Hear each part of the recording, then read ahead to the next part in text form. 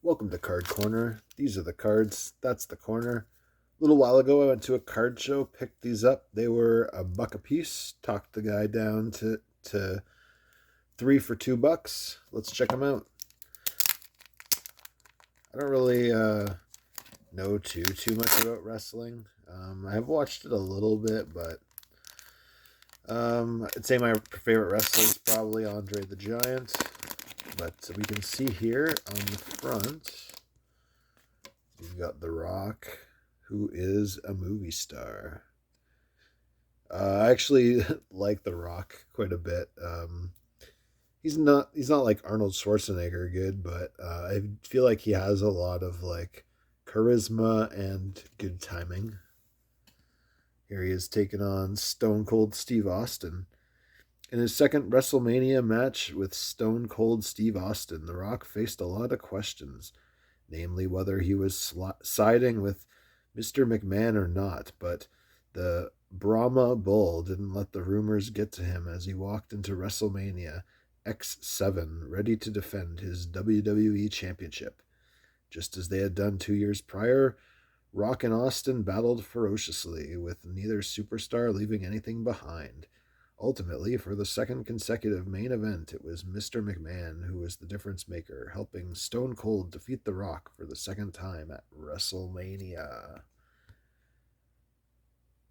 So I guess one other connection I have to wrestling is playing the games WCW versus NWO Revenge on N64. So let's see if we get a Black Ninja, who is my main.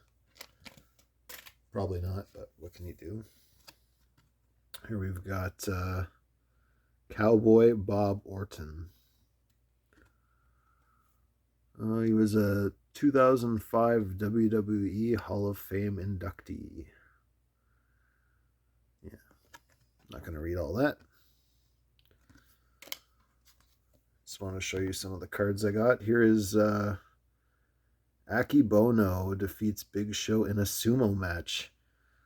The sumo cards are just following me around. I will read this one.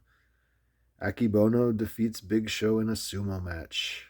Over the years, Big Show has made a name for himself by competing in some unique matches at WrestleMania, including a battle against boxing icon Floyd Money Mayweather. But his most memorable contest may have come against sumo legend Aki Bono.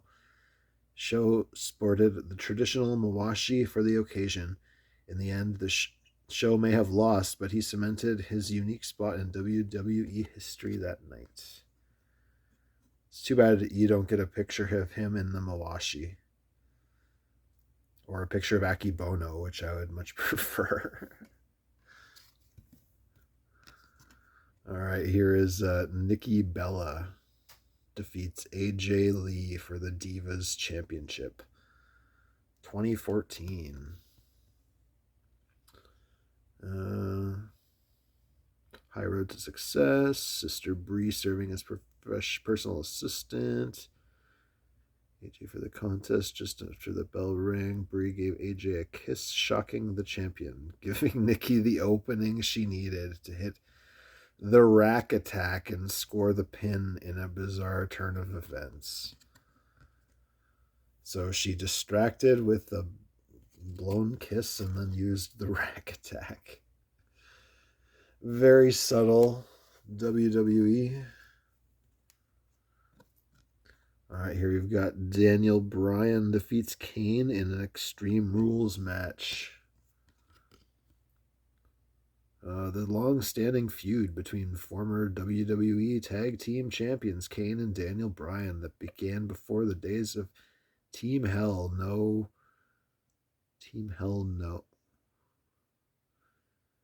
The days before they became before the days of Team Hell No. Team Hell No, I see, reached a summit at Extreme Rules 2014 when the two WWE superstars met for the WWE World Heavyweight Championship. With a bevy of weaponry at their disposal, the former allies took each other to the limit and well beyond as the newly crowned WWE World Heavyweight Championship pulled out all the stops to fend off the mysterious henchmen of the Authority. Eventually, Bryan was able to overcome Kane's fiery offense and emerge victorious. Looks like, what's he doing? Looks like he's got some foreign object that he's inserting into his eyeball there. All right, here we got a John Cena card. He's another movie star.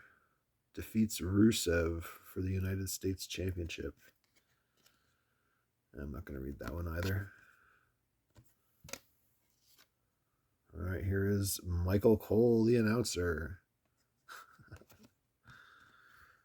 Michael Cole joined WWE amid the Attitude Era, and despite the amount of ridicule he got from superstars like D-Generation X and The Rock, Cole stuck to his guns and is now celebrating 20 years in sports entertainment.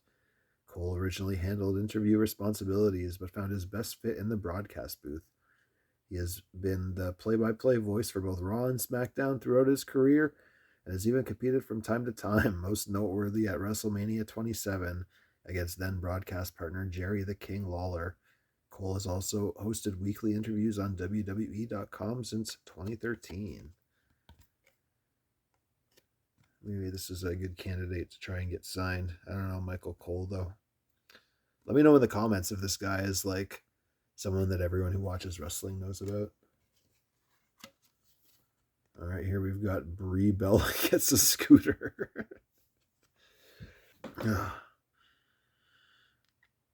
Brie Bella gets a scooter.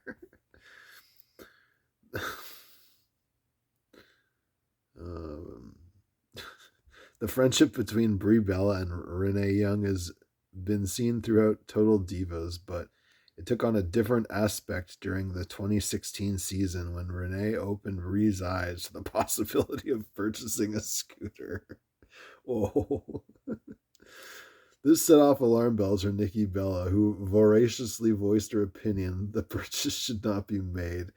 However, Daniel Bryan showed full support of the deal, ensuring that his wife wasn't going to be put in danger. Bryan accompanied Brie and Renee for the purchase and ensured that the transaction was fair, especially once it was found out that one of the scooters didn't function properly. Oh, top reality show moment there for sure. Brie Bella gets a scooter.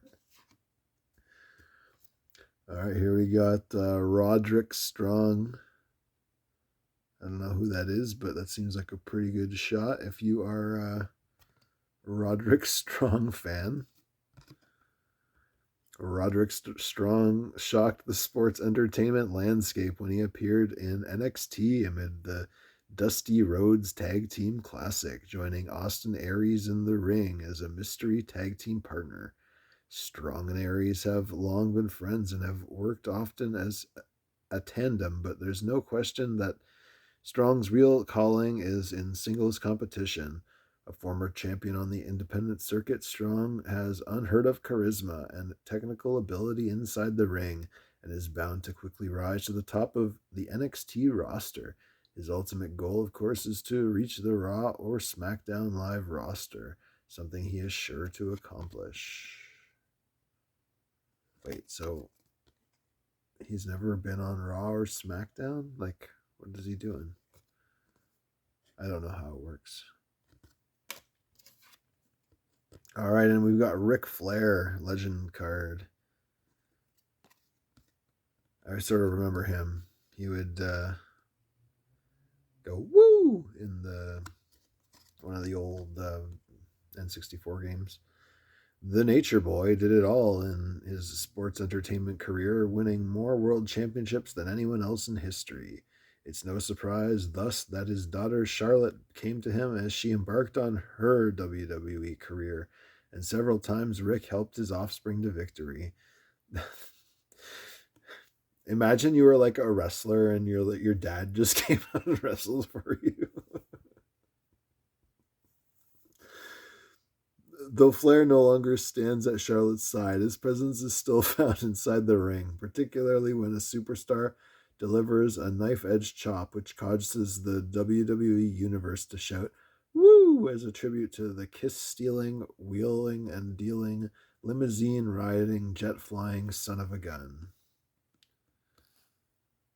That's probably too much personality. The butterflies, wow. Butterfly robe. I think the Ric Flair card is my favorite, or I do like this Big Show sumo card. I'm probably going to set it aside for my sumo collection.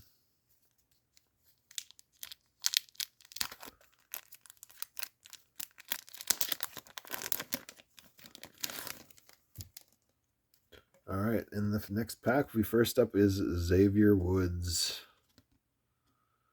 All right, and we got a general manager, William Regal. William Regal had an incredible career in WWE and WCW, winning numerous championships and accomplishing such other feats as becoming King of the Ring. Known as one of the toughest superstars ever to grace the ring, the Blackpool, England-born competitor has now transitioned to NXT in the WWE Performance Center. In NXT, Regal has assumed the tough role as commissioner, where he fearlessly stands in the face of the toughest competitors and executes his rule with a fair hand. At the WWE Performance Center, Regal is training the superstars of tomorrow with his wealth of knowledge. General manager of the wrestlers. All right, here is Ivory. Championship belt there. Legend. Ivory burst on to the WWE scene after a successful run in women's promotions earlier in her sports entertainment career and quickly made an impact. As part of a triumvirate of intense superstars alongside D'Lo Brown and Mark Henry, Ivory quickly ascended up the ranks of the women's division and gained the women's championship just months into her career. It was soon after this that Ivory participated in the first ever hardcore match among WWE's female superstars, emerging victorious. Ivory would later win the women's championship an additional 2 times. I've never heard of her, but apparently she's a legend. All right, here is Mike Chioda, the referee from SmackDown Live. I like that there's lots of these like non-wrestlers. Mike Chioda has been a referee in WWE since 1989, and having been around longer than just about anyone else in the company, it's fair to say he's seen it all. Along the unique moments in his career are refereeing the upset victory by the 1-2-3 Kid over Razor Ramon on Raw and being the third man in the ring when Stone Cold Steve Austin defeated Shawn Michaels for the WWE Championship at WrestleMania 14. Additionally, Chioda has been forced to compete in matches himself, including battling the Dudley Boys and Nick Patrick alongside The Rock and Chris Jericho. Forced to compete in matches. I guess they just make it up as they go along. All right, here's Total Divas. Mandy Rose makes her debut. I don't know who she is, so if you want to read it, then you can pause it and read it. All right, here we've got Sami Zayn resumes his in-ring practice. Guy got injured and came back. Here's Jason Jordan, forms a tag team with Chad Gable. Here they are making the proposition, I guess.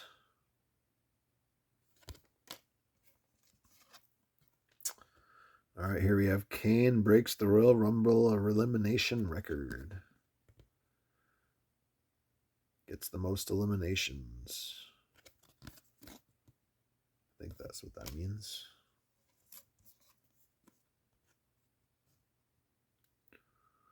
The Miz and Damien Mizdow defeat Gold and Stardust for the WWE Tag Team Championship. I don't know who any of those names are. Gold and Stardust? No.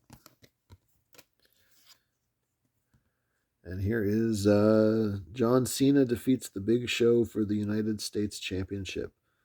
That's looks like it's probably the best card in that set. At WrestleMania 19, John Cena delivered a bold prediction that 1 year later he would be main eventing the Showcase of the Immortals. Cena lived up to his promise by appearing in one of the featured matches of WrestleMania 20, squaring off with the Big Show for the United States Championship. Though many would never have pegged the Doctor of Thugonomics to upend the gigantic superstar, Cena proved that he could indeed hang with the biggest superstar in the industry, finishing him off with an incredible attitude adjustment for the victory. Doctor of Thugonomics. I can't believe that John Cena called himself that, or the attitude adjustment. Oh, man. All right, last pack.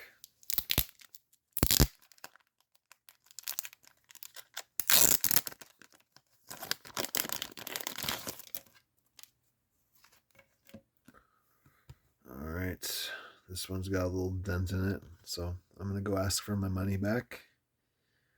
John Cena defeats Seth Rollins in a tables match. Is that just where they like drag tables onto the ring and then they like body slam each other onto them? Seth Rollins did a lot of things right in 2014, including charming the Money in the Bank briefcase, but he also did a number of things. Claiming, I thought it said charming, claiming the Money in the Bank briefcase, but he also did a number of things wrong, namely getting on the bad side of John Cena. After interrupting Cena's pursuit of the WWE World Heavyweight Championship, Rollins became the first name on Cena's hit list when he paid dearly at WWE TLC 2014. Cena was relentless in the match even after both WWE superstars simultaneously went through a table, showing that he never gives up. In the end, Cena persevered to win the match and retains his status as number one contender to Brock Lesnar. John Cena slamming a guy into a table. All right, here's a guy with a funny hat. It is Corporal Kirchner defeats Nikolai Volkov in a flag match. I don't know what a flag match is. Corporal Kirchner was one of the leading WWE patriots in the 1980s, and at the height of the Cold War, he defended Old Glory at WrestleMania 2 against Soviet strongman Nikolai Volkov in a flag match. A bitter battle ensued between the heated rivals at the Rosemont Horizon in suburban Chicago. In the end, Kirchner secured the American flag and victory. Man, the wrestling in like the 80s really hit different with like the storylines compared to now. Like it seems like the storylines are all just like nonsense, but I mean this is this is pretty nonsensical too, but it's hilarious. All right, here we got Daniel Bryan wins the Intercontinental Championship ladder match. Like table match, flag match, ladder match. As WrestleMania officially kicked off, a long-running conflict among WWE superstars over the Intercontinental Championship was coming to an end, with the championship suspended above the rings. Seven of the most athletic WWE superstars in sports entertainment battled to climb a ladder to become champion.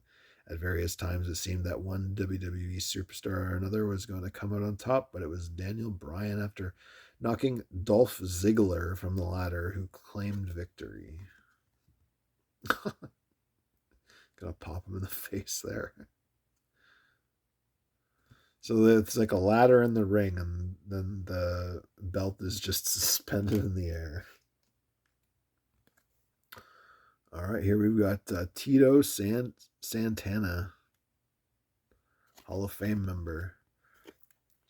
A two-time Intercontinental Champion, Tito Santana was inducted into the WWE Hall of Fame in 2004. Santana's most memorable rivalry was with Greg the Hammer Valentine as the two battled over the Intercontinental Championship, with Santana securing the coveted championship after a steel cage match. Santana also added 2 World Tag Team Championships to his credit. The first came with Ian Putski early in his WWE career, and the second came with the model Rick Martel in the days of Strikeforce. Santana also was a color commentator for WWE's Spanish broadcast. The model Rick Martel. That's a pretty nice shot of the guy. All right, next up we've got the Nasty Boys defeat the Hart Foundation. Some WrestleMania 7 thing.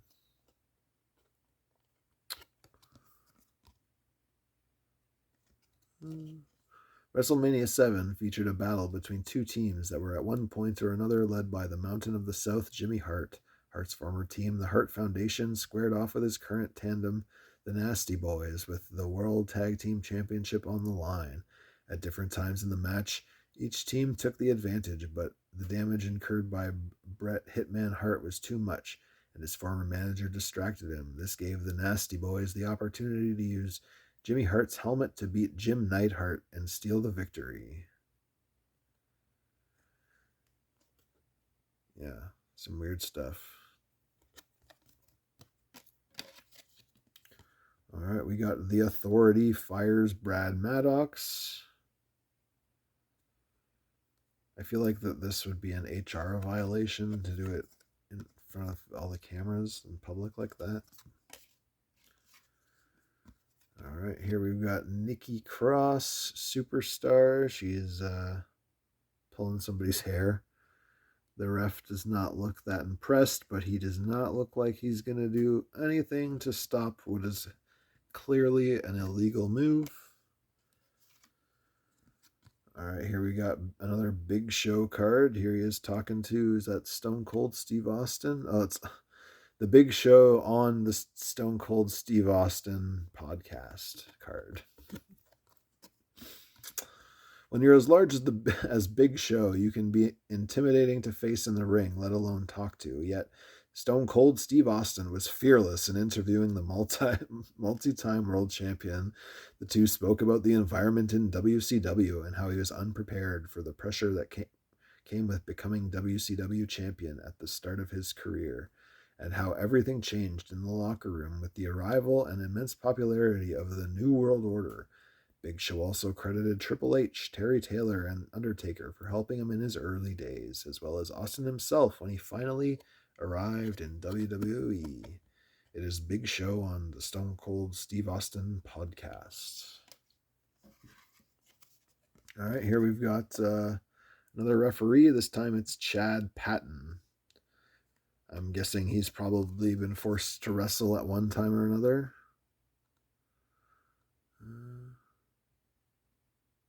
Maybe not. Patton, who is the third man in the ring when Lesnar superplexed Big Show on SmackDown, causing the ring to implode.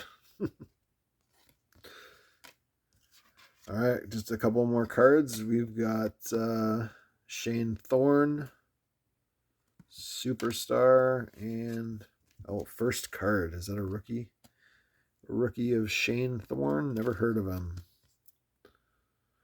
As an individual, Shane Thorne hasn't battled much in WWE yet. Judging by the fact that it was just stuck in one of these packs, I'm guessing he didn't really do too much. Maybe I'm wrong. And then lastly, we've got Hideo Itami. Hideo Itami's WWE career has hit a couple of speed bumps on the road to greatness. Unfortunate circumstances have led Itami twice being placed on the injured list. Each time he has come back, however, Itami has done so with more intensity and drive than the last, which has only meant that the rest of the NXT roster, from the NXT champion to the fresh faces, need to be on alert. No one in sports entertainment has more powerful kicks and more varied offense than Itami. To say nothing of his jaw-jacking go-to-sleep finisher that is absolutely devastating to any opponent. It is Hideo Itami. All right. So I had fun looking through all these. I think that my favorite was probably this Ric Flair card. I really liked this Big Show Sumo card. I liked this Big Show on Stone Cold Steve Austin's podcast card. And Bella Bree gets a scooter. This is a bunch of random wrestling cards on Card Corner. Give this video a thumbs up and subscribe to the channel if you want to see more random trading card nonsense. Take it easy.